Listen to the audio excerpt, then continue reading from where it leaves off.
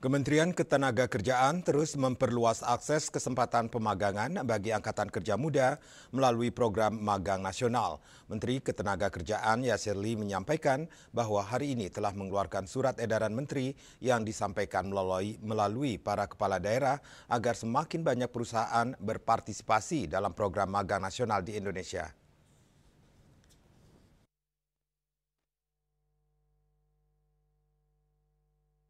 Dalam konferensi pers di Jakarta, Kementerian Ketenagakerjaan terus memperluas akses kesempatan pemagangan bagi angkatan kerja muda melalui program magang nasional.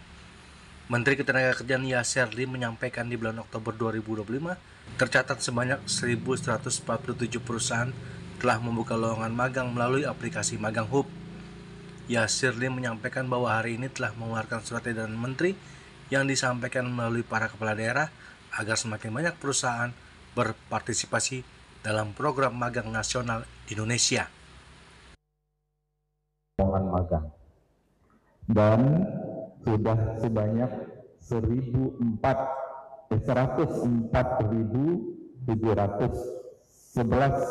dilakukan oleh perusahaan berdasarkan data-data yang memang mereka miliki, dan inilah yang akan menjadi dasar mereka untuk menentukan sesuai dengan kuota yang mereka perlukan.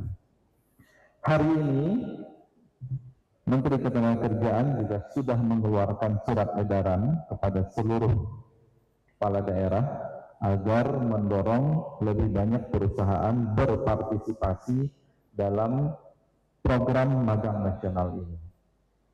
Tadi malam, arahan dari Pak Presiden bahwa tahun ini target diharapkan bisa sampai 100.000 peserta magang.